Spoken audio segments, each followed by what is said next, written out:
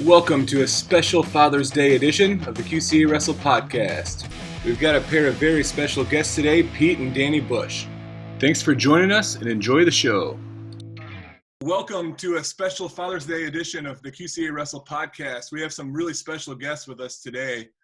We have Pete Bush and Danny Bush. Pete was the 1979 state champion, the first state champ at Davenport Assumption High School. Pete went on to University of Iowa. He was a three-time Big Ten champ, and in 1982, he was a national champion. Since then, he's done an awful lot. At Davenport Assumption, Pete really has made history helping build that team into a real powerhouse. Multiple dual and team traditional titles there. Danny is currently an assistant coach at Grandview. In 2014, Danny was a state champion at Davenport Assumption as well, and then was an All American, National Junior College All American, and completed his career at Iowa State. I believe this to be true. Pete and Danny Bush are the only father-son combination of state champs ever in Davenport Assumption history. So that's a pretty cool thing going on there. So guys, thank you very much for joining us. Thanks for having us. Thanks for having us. Something a little new. You notice I'm not here alone. I've got my sons here. So I've got, in honor of Father's Day, Bradley Hill and Connor Hill are my sons. They both wrestle in the Bettendorf program. Bradley's going to be a junior this upcoming year, and Connor is going into 5th grade. So guys, say hi. Say hi to everybody. Hi. And then Jay has his son as well. Keaton Zymet is going to be a senior at Central DeWitt High School. So Keaton, if you could say hi. Hi. Thanks for joining us, guys. I want to start off by asking Keaton and Bradley if they could tell us what your favorite memory is of wrestling involving your dad. Mine would probably just be after winning the state semis in my just 4th grade. It was something small, but jumping in my dad's arms, celebrating a little bit. That was a cool one. How about you? My favorite memory, I'd say, would be after practice, like Tuesday, Thursday night, like just that car ride home with my dad when I was younger. We'd talk, we'd mess around, and just have loads of fun. Nice. That's awesome. Connor, do you have a favorite wrestling memory with your dad? You don't? Okay. Okay, Bradley and Keaton each have a question for you guys. If you don't mind, go ahead and go, Bradley. My question would be for Danny. What was it like wrestling under your dad your entire high school career? That was all I ever knew. So I mean, like, he was my coach growing up, to where I was just used to it by the time I got to high school. So it was just pretty much routine. I started going to high school practices when I was in 7th grade, and yeah, I was comfortable by the time I got to high school, and we had a good relationship, father son, and I was able to look at him as a coach as well. But he didn't. I wouldn't say he didn't favor me, which was a good thing. But more than anything, yeah, we had a good relationship with when we went home. I still was able to have a father-son relationship. So thank you. My question, we'll start off. Hi, Coach Danny and Pete. Also, happy Father's Day, Pete. And my question is, I once had to fire my dad from my corner, and it was when I was a kid, but there was a time where I had to fire him. Was there ever a time where you had to ask your dad to step out of your corner, Danny? Oh no, but I'm sure he wanted to step out of my corner himself. Yeah, there were some times I'm sure I was irritated with him. I remember one time at the Bettendorf Bi-State, I was wrestling the semis, and I'm wrestling Travis Willers, and it's in overtime 0-0 and no points, and I get the coin flip, and I said, I'm going top, and he's like, no, you're going down. And I'm a top guy, and I bet 9 times out of 10 I'm probably favored in that one. but he said, no, you're going down. And I got rode out, lost the match. And he's like, well, you'll learn to get out next time. I remember that actually. And I mean, if you're really going to talk about the almighty win, yeah, we're talking about the bi-state here, and it's always about trying to get better for high school. And that's what I try to instill in not only Danny, but the kids is, even with the AAU stuff, it's nice to win those things, but you're always just preparing for high school because that's where it's really documented. And yeah, I cost him a match, that's for sure. I remember like it was yesterday, and I'm sure he probably would have beat Willers, and Willers was really good, but Danny's really good on top and probably would have been able to ride him out. And that was the last period too, so I did screw that up on the win column, that's for sure. Yeah, it's all about the bigger. Guilty as charged. I would guess, Danny and Pete, that Bradley would tell you, I know I remember all of them, how many times growing up I would tell him go down, and then he'd get pinned. Finally, I was like, I'm not making him get pinned anymore. He can go neutral. If he wants to go neutral, he can go neutral. I felt responsible for that. I know I was trying to do the same thing, but I don't know if he always appreciated that growing up. But it's a good thing to learn for sure. Yeah. It was unheard of for anybody not to go down back in my era. We just felt we were giving away points, if we didn't pick down, quite frankly. And so you'll see a lot more people going neutral all the time and I think that's what was one of the things about Assumption is we concentrated on the mat, and that probably because we didn't have really the athletes, but we were able to generate good mat wrestlers. And I always say to the kids, hey, you've got to take a guy down 4 times to get a 5-point lead, or otherwise you could take him down once and get 3 back points, and then you got that 5-point lead. I was trying to always look at doing things easier, quite frankly. Yeah, that makes sense for sure. Learn from that. All right, I think we'll send our boys off. Thanks, guys. I appreciate it. Good seeing you guys. Good luck next year. Thank you. Yeah, thanks, guys. You won many state championships at Assumption. Do you guys remember the numbers by chance, or I mean, it was. I think we're currently at 14 total state championships, team championships. Yeah. I think duels. What are we, Dan? He knows this stuff better than I think we're at 9 state champions, duels, and 5 traditional. Okay. King had 7. I had 7. I had 1 more dual championship. He had 1 more traditional. Gotcha. One of the things, and I hope really soon we can stop asking this question, but our world is so crazy right now. What have you guys been doing recently in these crazy times? Danny, go ahead. All right. Just since the room wasn't open at Grandview for a while, and just things were crazy, no sports and everything, I've actually started reading, doing a bunch of other things, just preparing to go back to school. I'm going to Great Enview to go get my master's for sports management, and it's actually pretty crazy times. I actually got my books and everything and started preparing, so it's totally it's different times. So yeah. I've been kind of getting into golf myself. Yeah. My wife and I just moved from a house to a condominium, which is fairly close to a golf course that we belong to. And for really this year specifically, we've been playing 4 or 5 times a week. Obviously, when this all started, we were quarantined because we were down in spring break down in Florida. We were quarantined for a week, and really my wife doesn't work, so she's quarantined all the time, but I'm able to come in here and get the morning for the most part, maybe come in for an hour in the afternoon. And that's probably still what I do right now anyway, because it's pretty slow. I'm in the residential home building business, and it's pretty slow right now, so it kind of frees up a lot of time to go do that. I am kind of missing getting in the restroom. I still like to help some kids, but that's going to come in short order.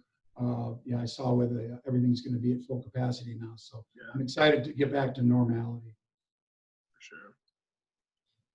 Next question I got. This one's going to be directed towards you, Pete, because after that, we got one for Danny as well. But tell us about your start in wrestling. How did you get started, and how old were you before you got introduced to the sport?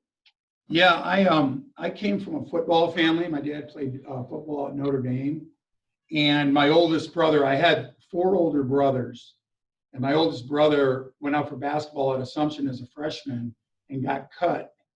And so my dad was not going to have him just sitting around, and he sure wasn't going to rely on him to lift weights on his own. So we made him go out for wrestling, and it turned out my brother was pretty decent. He qualified for state eventually.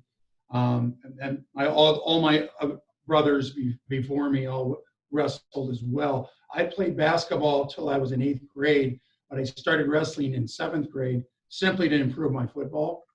I think wrestling is something you've got to be unique if you like it right off the bat.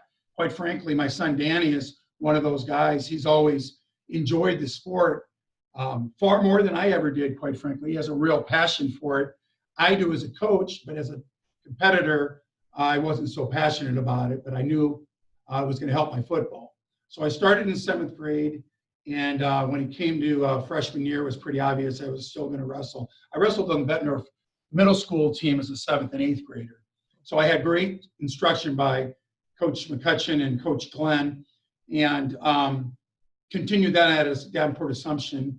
Was pretty successful. Then my record as a freshman, I was like 30-0. And then I got into the varsity, and I was 17-10 my sophomore year. And then I started lifting weights. And once I started lifting weights, my whole wrestling career completely changed. And I ended up losing the state finals in the last match my junior year against Mike Mann, who ended up going to Iowa State. And then I won it my senior year.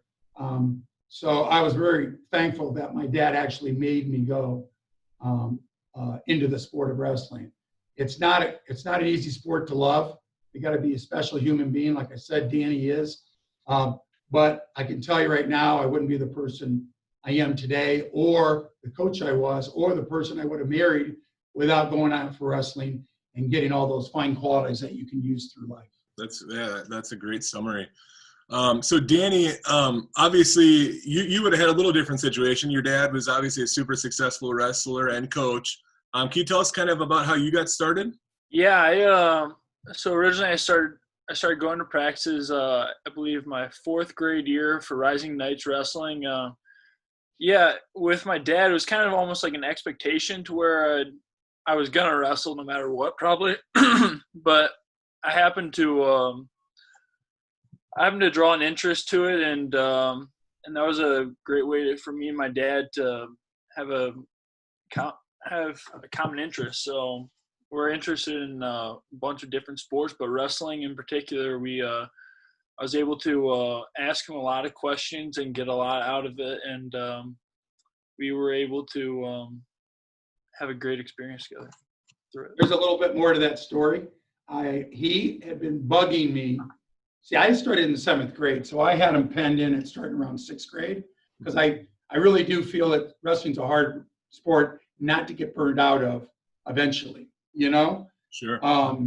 So I didn't really want to start him until 6th grade, but he'd been bothering me since he was in 2nd grade about going out and getting after it and everything. And I held him off for 2 years, but I just couldn't do it anymore because he's hurt. So that's when we started. So it was his 4th grade. But. Sure. And he was hooked, it sounds like, for sure. Yeah. That's awesome. So that was actually, you kind of went into our next question, was going to be, did you have any reservations about introducing Danny to the sport, or was it always sort of in your mind he was going to wrestle, it was just a matter of when? Yeah, I mean, I just knowing Danny and the type of personality he had, both my wife is very competitive. She played softball and basketball in high school, but we both thought Danny would do great in wrestling, and he'd be a natural, which he really was. He worked really, really hard, but he also was. Wrestling came natural. I remember seeing the first tournament I brought him to, which was Pleasant Valley, and he's a very unorthodox wrestler. He's always been known as unorthodox, but that started from the first match I saw him wrestle in this first tournament. He was always really good on top, and he could really hold people down, and that is what probably catapulted him into a state champion and also a Division I wrestler. It's funny you mentioned. I remember the first time I saw Danny, I think it was like in 6th grade, maybe at Young Guns. And this back in the old days when we sat on the floor on the mats along the wall. And Eric would let you come in. Yeah, exactly. You just led right into my story here, Pete, because I don't know why, but I got kicked out of that room probably more than anyone. But I'd be sitting next to Pete when we were watching Danny and my son Russell, and Pete has a little bit of a cauliflower ear, so I'm working on a job site. He talks a little louder than what I do, and we often would get kicked out for talking too loud or talking during instruction, and I'd be sitting next to Pete, and he'd be telling me great stories. I love the stories, but he talked really loud. And Eric would look over at us and yell at us all the time. I would always get kicked out. And one day he goes, why are you getting so nervous? I go, well, you're a fellow Iowa brother and national champion. I'm just some podunk dad from DeWitt, Iowa, and he keeps booting me out. So I said, I'll talk to you after a while on that, Pete. So. Yeah, sorry about that. I do talk loud, that's for sure. I have a little hard of hearing, so that has something to do with it. Well, they're good stories, though, and it was worth being kicked out. So, yeah. Hey, Danny. So, what are some pros and cons of having your dad in your corner from a youth all the way to when you graduate and won your state championship? Just looking at him as a coach sometimes, when you're upset and some things not if you don't keep your composure, which I was able to keep my composure more times than not. But if I lost my composure, I had to hear it after the match, and when I went home. So that would be that'd be the negative part, and positive part was he knew me. He knew my wrestling more than anybody. Just from knowing my style, and whether when we went home, he'd be able to talk to me about wrestling, or even the car ride. Just knowing positions, he could tell me what to do, and I'd be able to it'd be able to translate on the mat. So. There's no escape. There's no escape when your dad's the coach. You're going home with him. So, Pete, what was your relationship with your father around the sport? Was he involved a lot as when you were competing? No, he wasn't. He was actually a boxer. He wasn't a wrestler, but he really. And I said earlier in this interview, we were a football family. He was a football guy. And that was always the case. But he had an affinity for wrestling that superseded his love for football. He just loved the sport. He saw what wrestling can do for people and literally mold them into something completely different from what they once were. And what I mean by that, all the good stuff, not becoming worse, but becoming better, more accountable, hardworking, disciplined, passionate. All these characteristics he saw being developed within his boys. And it wasn't having to be with just his dad doing it. He had the luxury of having these wrestling coach helping us grow up as we did as well. And going back to Danny's, me as his coach, I mean, it's a curse and it's a blessing at the same time. I know there were times where Danny needed his distance from me, and I tried to recognize it, and sometimes I did a better job than others. So I'm sure it was very difficult for Daniel because my dad wasn't the coach. Anytime my dad got, to talk to me about wrestling and give me his advice, knowing that he never wrestled before, he didn't really have the authority in my world to even tell me.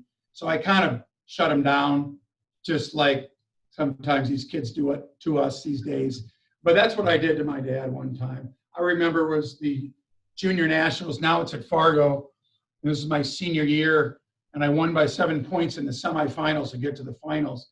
And my dad came up and got in my face for not winning by enough points. It's the only time he's ever done that to me in my whole life. And I gave him an earful, and he never did it again. But that was the only negative experience. I think it was just more my dad's nerves that kind of took over because my goal was to win the thing. And my dad was just all caught up into it and got a little crazy. He actually did it in front of Mark Truzino. He and I had signed with Iowa, and we were sitting there talking, and he came up and just kind of went nuts. And I'm like, what are you doing? You're a boxer. You're not a wrestler. Please, just, you don't know what you're talking about. And I kind of shut him down. But that's really the only negative experience that I can recall with my dad. Hey, next question I got is for Danny. Danny, I read an incredible article about, like most athletes, we got setbacks from time to time. And early in your collegiate career, you had a couple setbacks. You came back home and kind of reset and rebound, to rebound and get back on your feet, which was an incredible feat by itself. What was the advice that your mom and dad gave to you just to kind of get the ball rolling and get you back on track where you needed to be? I wouldn't say that they gave me like certain advice, but I'd say just being at home, maturing more. I wasn't just getting away from home at first. It's a different experience, and obviously I made my mistakes, and everyone makes mistakes. Do I wish I didn't make those mistakes? Not really right now, because I'm a lot better person from those mistakes. If I didn't have those experiences, then I wouldn't be the person I am today. Although it cost me with years of my wrestling and years of my life, but I feel like I'm a lot better person from those mistakes. So yeah, just I guess not just giving yourself or being more mature, I guess. Every day, knowing that every day you have to have a purpose, and whether it's school, doing daily tasks, making your bed, doing just regular daily activities, and doing all the right things. But yeah, I love that answer, Danny. And for all of our wrestlers out there listening, there is going to be a setback, whether it's, with the wrestling, whether it's going to be personal, whatever it's going to be. And I think that wrestling mentality and, that toughness is, we're going to have a loss, but reset and then get back on the tracks like you did. And definitely, I think it made you a better person in the long run because of it. Yeah, I know that everyone sort of matures and learns differently. I'll share with you that after my first year of college, I moved back to Davenport, and I had a 0.0 grade point average after 1 year with 0 credits. So I wasn't really ready. I guess I thought I was, of course, but I wasn't very mature at that point. And we all learn, it makes us who we are. So exactly. And a lot of it's just about looking in the mirror and taking ownership for what the mistakes you've made, and how you can become a better person. Because if you put blame onto other people, then what's that going to do? That's just going to stunt your growth instead of making you move forward to be who you want to be, I guess. Bingo. Yep. You nailed it, buddy. So Pete, I'm not a coach. I've held coach at the youth level is all, but from time to time, my wife has had to remind me that to be a dad, not a coach. Has your wife ever had to have that kind of a talk with you? I'm sure she has.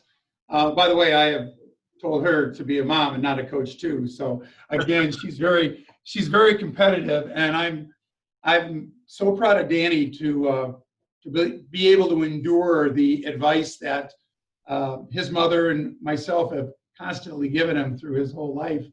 I'm sure it was a source of big frustration a lot of times, but again, to echo what Danny said, he learns from those negative experiences, and he makes these adjustments. They're not going to be overnight adjustments. We all do it. I mean, I don't even want to tell you what my grade point was at Iowa, but I was there to wrestle, and I stayed eligible and barely, but I had different goals. I told my parents I'd go to them, and they gave me a tongue lashing after they saw my report card. I said, I'm there to wrestle. I'll stay eligible, and I'll get my MBA afterward. I got this much window of opportunity, to see what I could do athletically on a wrestling mat. And that's what I did. I stayed eligible, got done with my eligibility, and then eventually got my my MBA, my graduate degree. So,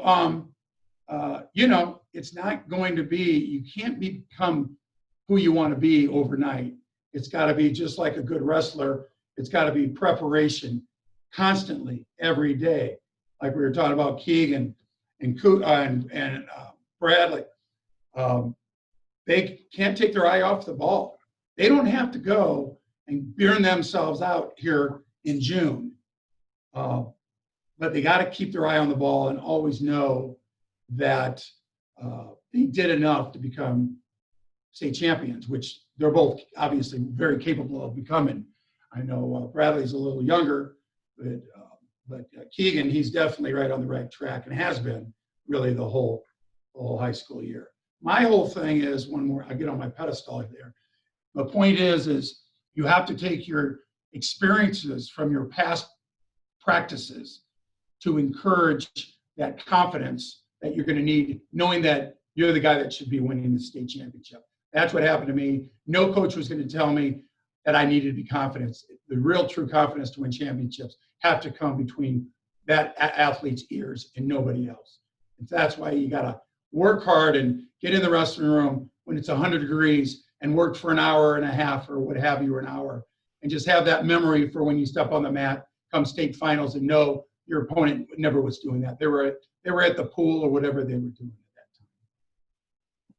that time. Excellent. And I like hearing that. Sorry, Jay, I'm walking on you. I was just going to say, I like hearing that from you, Pete, especially knowing the coaching accolades you've had. I'll have to look it up, but you've had so many state championship wrestlers wrestle under you. So this is a guy who knows what he's talking about. I really appreciate that. Thank you. And Pete, a perfect lead into our next question I had for you. But there's moments in, like for me in my wrestling as a dad in career that you'll never forget. And one of them was that final high school match with Danny when he won the state championship. And it was just like the perfect closure to a chapter. I see him do the victory jump, into your arms. And I had tears in my eyes at that point in time. Can each one of you guys tell us a little bit about, that abbreviated time from, when they raised your hand, Danny, or when you knew you'd clinched that championship to, the victory jump into Dad's arms afterwards? Like my dad said, it was I felt like I won the state championship before the match, though. Like it's about volume. It all leads up to it. You have to be in the room countless times to where it just instills that championship lifestyle. You have to do all the right things in the off season to where you come in with confidence. And I believe that. So right when I lost in the blood round my junior year, I wrote down my goals, and one of my goals was to be a state champion. But yeah, I would write down my goals and I didn't take a day off at all. I knew what my purpose was, and I attacked it. I was able to just keep going every single day, try to make the most out of it, and get something out of it. And so I believe that I won the state championship before I wrestled that match. Going to the state tournament, I was confident because I put in the work. But going into the match, I knew I wrestled that match more than one time. Whether it was my dreams, whether before I went to sleep, at practice, I envisioned it. But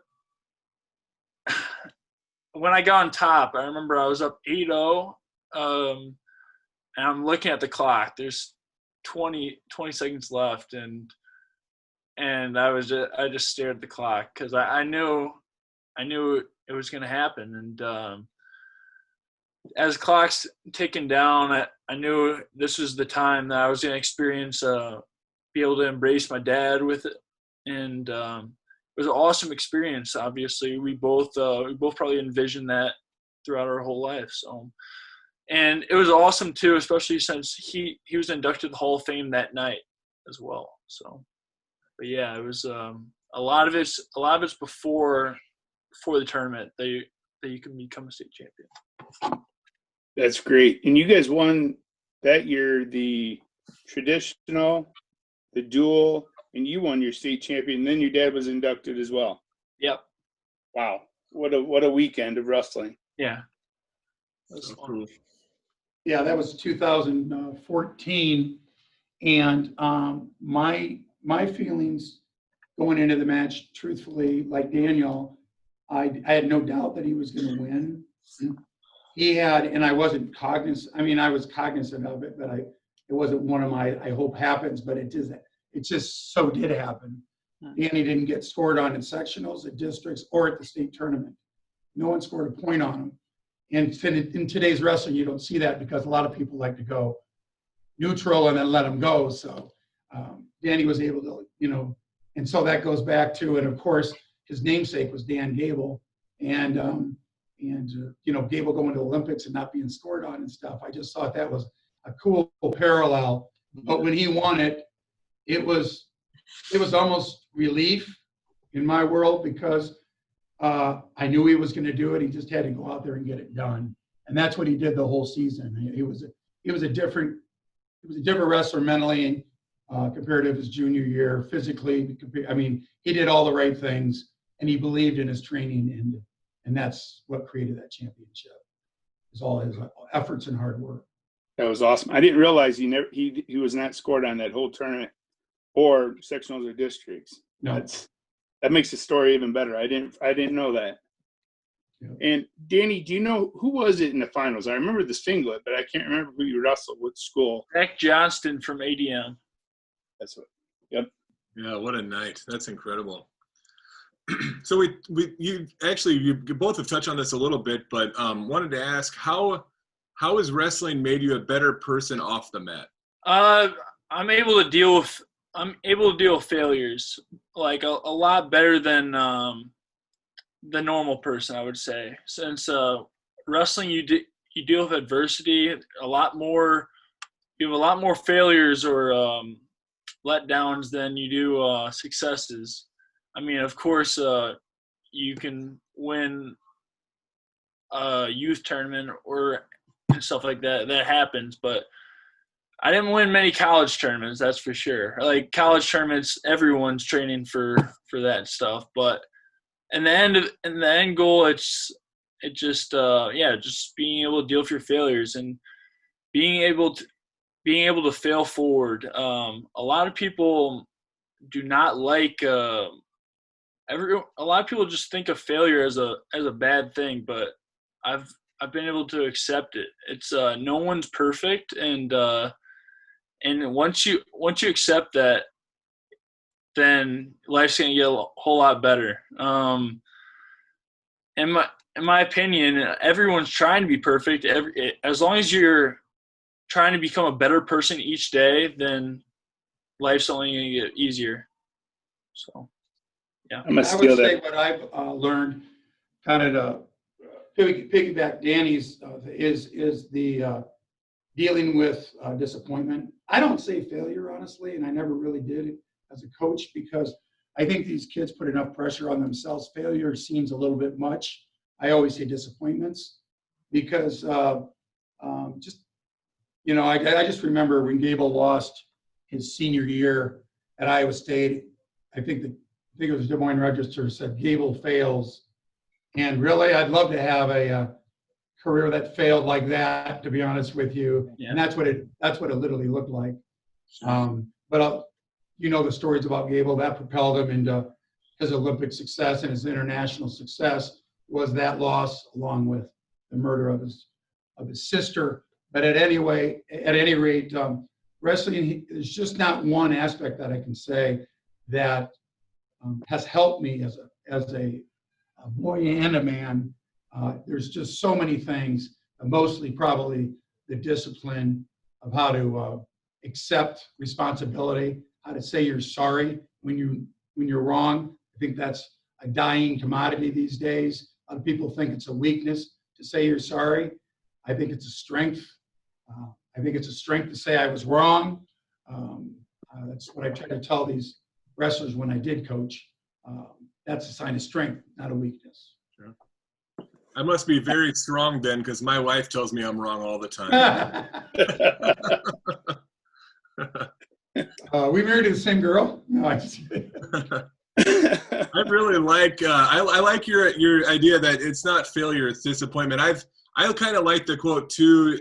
You never fail until you quit, right? Like we none of us ever get what we want right away, but if we don't give up, you can end up getting where you want to be. So yeah, I did like Danny's fail forward. I've never heard that. That's a good one. Yeah, I wrote That smooths out the edges for the word fail. I wrote that down. I'm gonna steal that one from you, Danny. Yeah, I like that too. Thank you. All right. Coach Carr actually, every Wednesday he would have weekly. He'd call it his mind talks, his mind gym, and that's where I got that from. So yeah, Coach Nate Carr, smart guy, great wrestling mind. yeah. Love it. I'm gonna take that one. All right. So this is kind of a different question, but if you could go back in time, and this is for both of you guys, and give yourself, your younger you, any advice, what would that be in relation to wrestling or anything? It can be going back in time and about, time frame it, were you 16, were you in college, were you, 5 minutes ago when you did something to anger your wife? I don't know. Yeah. Rob. Yeah.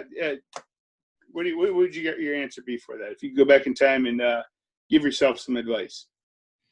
For me, it would be have more confidence in my abilities. I struggled with confidence but for my junior year in college, postseason, I struggled with confidence my whole career. Why I did, I don't know. I know it would have helped if I would have had somebody telling me how good I was, because I was up at Iowa. We won the national championship as a team every year. I had the Bannock's as my partners. Those are the toughest people you can wrestle in the whole country every single day. And for some reason, I still question my abilities. The only time that I was free of those concerns was my junior year at Big Tens and Nationals. That's the year I won it. And my senior year at Big Tens, I had no doubt I was going to win that too. And I wrestled my best in an Iowa uniform, those three events that I just mentioned. For whatever reason, I went to the national finals my senior year, national, not finals, but national tournament, questioning my abilities. And that was the only reason that disappointment happened. If I would have just believed what I coached the Assumption kids with, my senior year would have been a different result. But I just never was able to be free of those concerns for some reason. If I thought like I do today, I don't think it would have been an issue. How about you, Danny? I would say don't take it as serious. Don't take going back to the fail forward part. Like I never was able to develop on my feet until I got to probably my senior year of college, or senior year of college, which that's, I don't know, 13, 14 years into my wrestling career.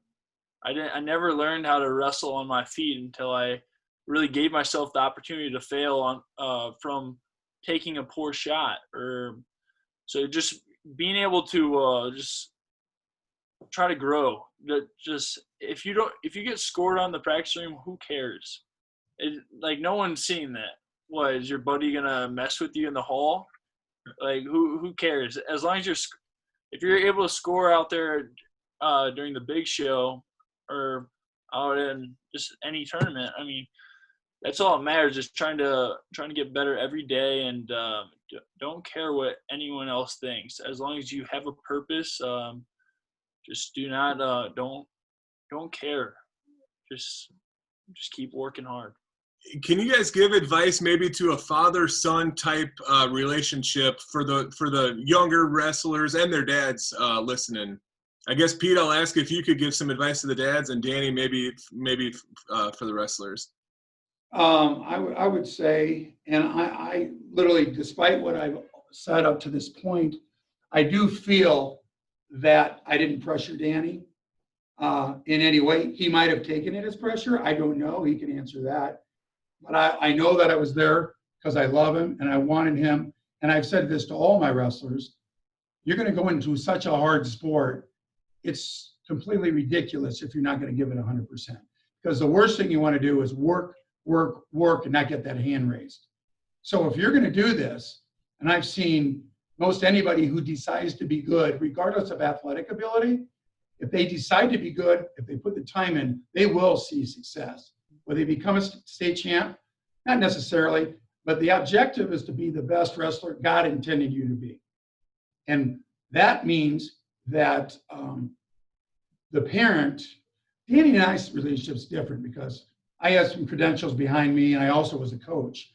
But as a parent, especially if you didn't really wrestle ever, you need to hand them over to the coach and let the coach talk. And just be there for your son or daughter at dinner time or whatever, if they want to talk about it.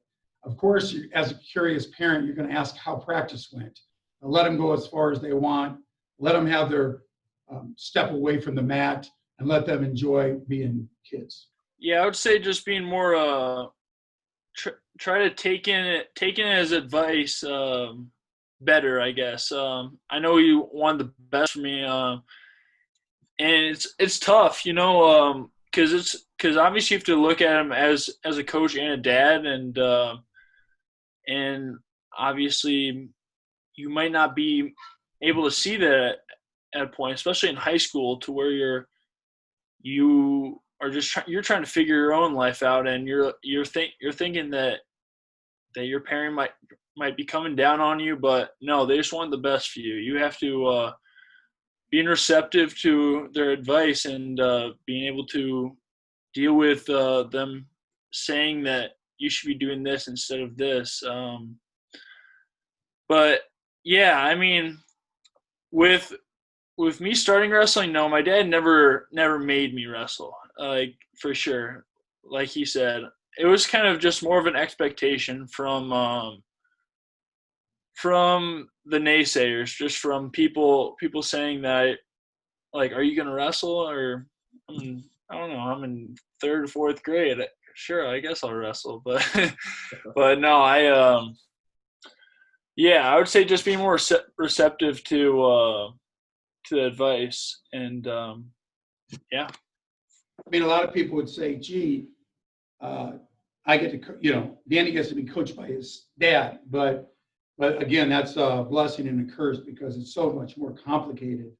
Because I am his coach, I can't be his parent sometime, or I can't be his parent because I'm his coach. So there's just a balance there that Danny and I tried to figure out during the course of his high school years. Right. Yep. Incredible message. I think, and I hope a lot of our listeners are learning from this, because I've taken away so much from it. But hey, we're done with the hard part of the interview. Let's start with what we call sudden death overtime questions. I think this is the hard part, if you ask me. Is this the hard part here? So I'll lead off the first question here, and I don't know. What do you think, Rob? Have them both answer, or just take turns? I think both of them. I think both. All right, I like that idea. So, guys, we'll start with the elder Bush first, and then go to Danny. But if you could be any superhero, who would it be? Superman, of course. That's a no-brainer for me. I never got the whole Batman thing myself, but anyway, it would be Superman. I'd say Iron Man. I'm a big fan of Robert Downey Jr. Obviously, he had setbacks, and just that's one person who I'd say I look up to, because he had setbacks and he ended up getting back on the horse and always pushing forward and just kind of getting out of his own way. That's one thing that a lot of people don't realize is that most of it's our own doing. And once you get out of the way, a lot of things in life just gets easier. Both great answers. Great answers. Longest live go. This is one of my favorite questions because everyone's got a good story. Longest live go you remember wrestling against somebody in practice. Who was it and where was it? I remember this one because it was the off season, the year that I won nationals in 1982. I worked out with Dan Gable. It was in the summer, and I weighed about 226. That's the heaviest I've ever weighed. At that point, I had never gotten the best of him in a practice ever. He had always just eventually run me down and everything, and where weight didn't make a difference. And I said to myself, I'm going to go this whole practice. When you're by yourselves, it's not a coach telling you. One of the two is I need to take a break or whatever. And we had 3 goes. We went an hour and 40 minutes. And probably the longest was a 45-minute go. And Gable said, okay, let's take a break every time. So that's the one and only time I did it. But that was my goal that day. And of course, I was heavy as I've ever been. So I felt that that was a success that day. Nice. Don't deny it, but it's true. So. For me, it'd be my second day at Iowa State. Coach Dresser wasn't there. Mike Zadek was running practice. So Mike Zadek, he's kind of an extremist. So he had us go an hour go, and I had a good first day of practice. So Kyvan comes up to me, and he's like, hey, we're going tomorrow. I'm like, just pretty much trying to humble me. And yeah, he did. And the thing about wrestling with Kyvan Gadsden is it's not about wrestling live with him that gets you. Once you drill with him, he just takes the energy out of you. And then I had to wrestle an hour with him. That was a long hour. Hey, Danny, did you ever try grabbing Zadek by the beard when you wrestled him? No. You're smarter than that. He valued his life. All right, guys. Favorite wrestling movie? Vision Quest. I'd say Vision Quest, but then there's another one. What's that movie with the Pennsylvania kid? And he's a blonde-haired kid. What's that called again? I know what you're talking about. I like that Takedowns movie. and Falls. You talking about? What is it? You're talking about Takedowns and Falls with? No, this is actually Win-Win. Imani's in it. He's the Win-Win. yeah, Win-Win. Yeah, I like that. Those two are my favorite movies. That was the first person that's picked my movie ever. Thanks, Pete. Oh, okay. I like Win-Win. Jay's been dying to hear somebody say win-win. So it's a good one. It's a good one. What's your guys' favorite food? And now we're finally able to go back to restaurants. Where do you recommend that people should go out to eat? I would say wings, and one of my favorite restaurants in the Quad Cities is the Filling Station. Love their wings. Yes. Yeah, I love the Filling Station. Their burgers are really good too. Yeah, big fan. I'm a kind of cross between, I like Italian and I like Mexican food. So that's my favorite food. And two places I'd like to recommend, that'd be Jersey Grill. They got great burgers. And the Tangled Wood, they have really good club sandwiches. Great places. Love it. Love it. Yeah. All right, guys. Favorite wrestling match of all time? Mine would be, and I don't know, I know it's out there on film somewhere, but I was a senior in high school and Big Tens were at Iowa, and I watched Mark Chiarella against Mike Deanna. It was a 16-14 match. Chiarella was a 2-time national champ when he wrestled him, going for his third, but it was only in the Big Ten finals. And Deanna beat him 16-14 in overtime. And again, I was planning on going to Iowa anyway. It was a packed field house, not Carver Arena, and it was just the craziest, greatest match I've ever seen. It's I forget who Zadok's wrestling. It's at National Duels. Guys from Oklahoma ended up making the Olympic team, but Cross. No. It's the guys from Oklahoma. I'll think that probably right after this too. Zach's down 12-0, end of the first period. Comes back, beats them all takedowns. Man, Wow. that's killer. Yeah, it was phenomenal.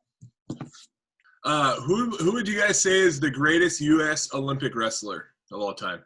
I think it's Pat Smith is who I would say. It was Frayer, Jared Frayer. That's who he was. Okay. Yep. All right. But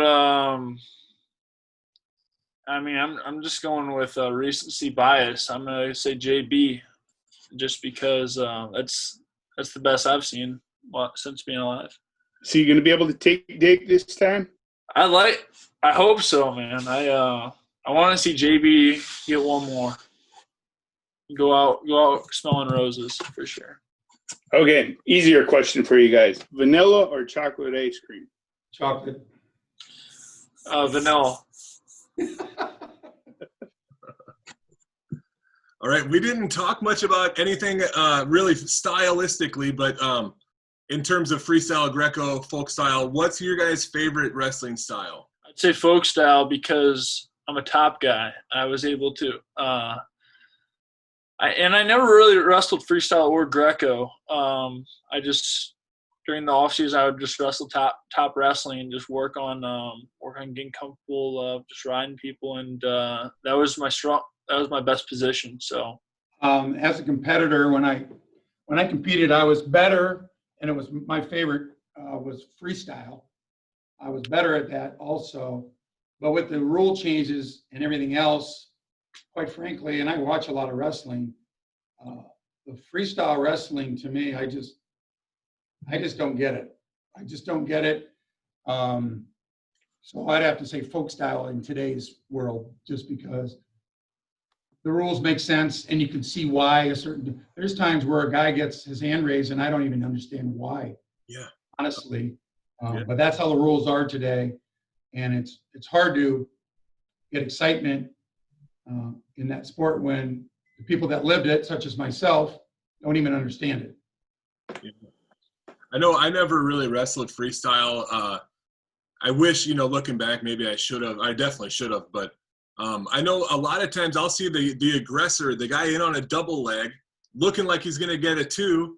And it's not a clear cut, but it's just, I'm going to my back. And he turns his hips and the other guy gets the 2. I'm like, what? He gets penalized. He gets penalized for being offensive. Yeah. It's maddening to watch. It really is. I'm with you. I think I watched a match just like that the other day. It was Ed Ruth versus what's the assistant coach at Wisconsin? Is it Reed? John Reeder? Yes. And same thing happened. Ruth was in on single multiple times and just kept tilting him. But then he got the points taken away. So big controversial win on that. But sidebar note. There's always controversy. That's the problem. What I liked about wrestling when I competed is it was not subjective.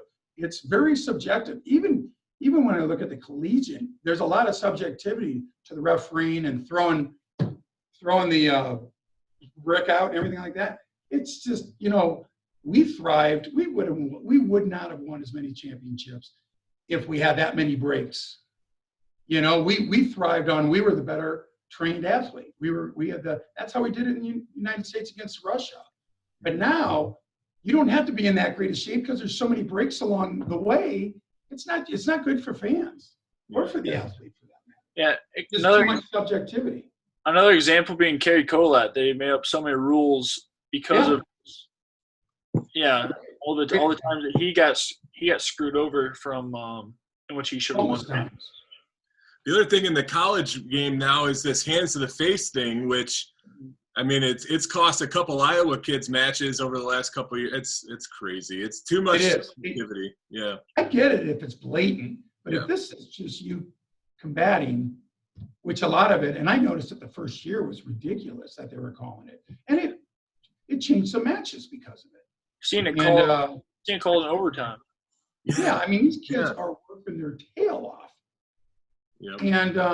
and these referees are making these little calls that are taking these well-deserved wins away from them. All right, I have a tough one here now, Pete. Is it black and gold or scarlet and gold? That is it. Why would you do that? Seriously. I am a Kevin Dresser fan, Nate Carr fan, Iowa State fan. I'm a Brands fan. I'm an Iowa fan. I want, and this is the God's honest truth. When I was even in college, I said this. I don't care if it's Iowa State, Iowa, or UNI. I just want championship wrestling to stay in the state of Iowa.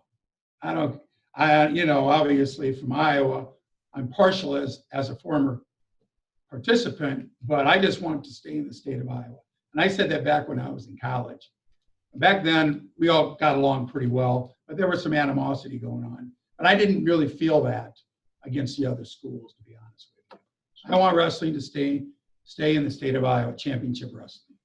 Depends where you're at in the state at that time. If you're near Iowa State, that's when you're always telling me Iowa State. But if you're on the east side, now you're saying Iowa. Nice. Yep, you got it. I think Pete was making a good run for Mayor Davenport there because that was as political as I could see an answer. Yeah. Guilty. Okay, guys. One of my favorite questions, we like to end on it, is what is your favorite quote? Well, mine is the road to success is always under construction. 2 reasons. One, my family business is a construction business. And 2, there no truer words were spoken. For me as a coach, at least, they asked, okay, how are you so consistent with your team always being in the postseason, doing well? And the blueprint changes every single year with the athletes that you have, and you coach. And Gable taught me this: you don't coach everybody equally. You coach everybody fairly.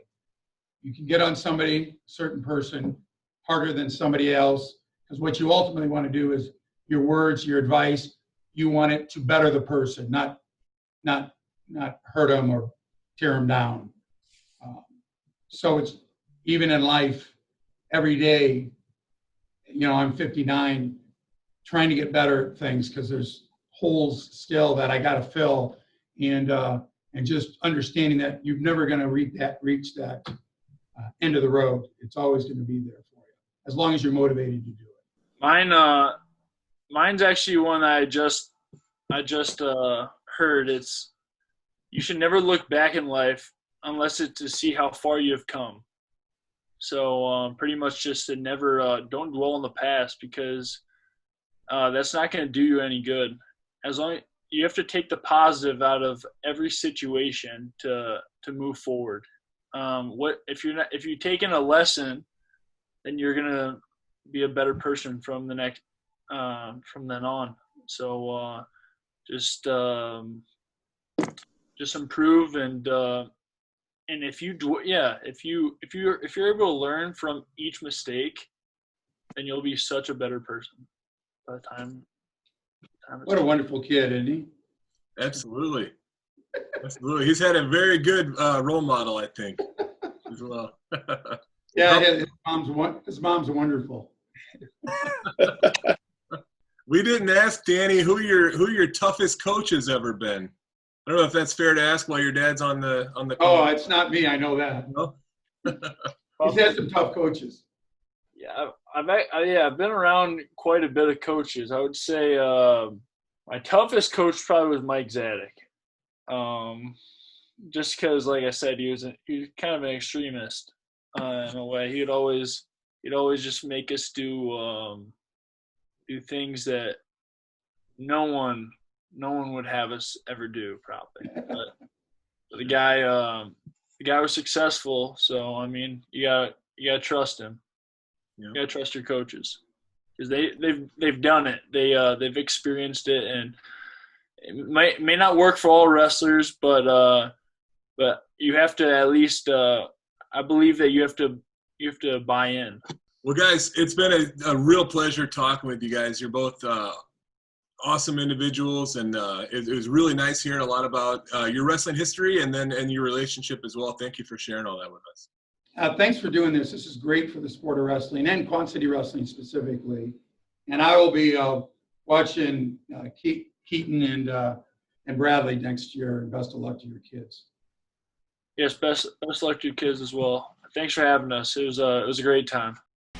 All right. Thank you for tuning in. Please share this podcast with your friends. Give us a like and a follow on Facebook and Twitter at QCA Wrestle.